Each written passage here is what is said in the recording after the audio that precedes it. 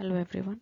Today's video is from the Askmemetallurgy questions, and today's question is how to check intergranular corrosion, and in SS321 why doesn't this take place?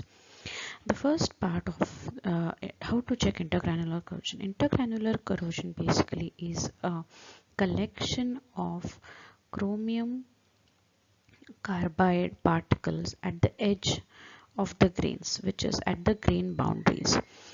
As when you have a collection of the carbides at the grain boundaries, the area near the grain boundary does not have a chromium oxide film.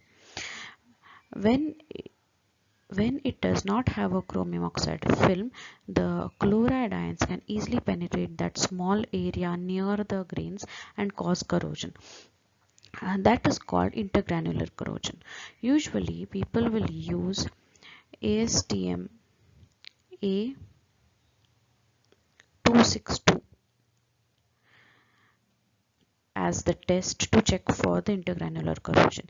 In this test, the sensitized stainless steel, or whichever stainless steel which you expect to be sensitized, is exposed to oxalic acid for a certain period of time, and you can find the specifics in the standards online.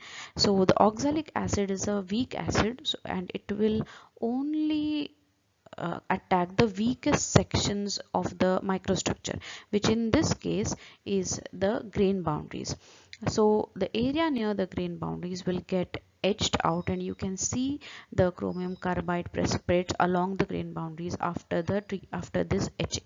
With this A262, you can check intergranular corrosion tendency of a particular stainless steel. Now in SS321, the advantage is the presence of titanium. The titanium has more affinity to carbon than chromium. So even when this is heated to the temperature range of 500 to 780 degrees Celsius, titanium will react with carbon to form titanium carbide. As a result, there is no carbon left for chromium. So the chromium that is present along the grain boundaries will remain in the solution and not diffuse to the grain boundaries. Thus, the chromium carbide precipitates are not formed at all. You will only have chromium oxide films everywhere, and you will have titanium carbides. As a result, SS321 will not undergo the sensitization that is seen in other SS, and you will still have a good chromium oxide film all over the surface. Please let me know if you have any more questions related to this. Thank you.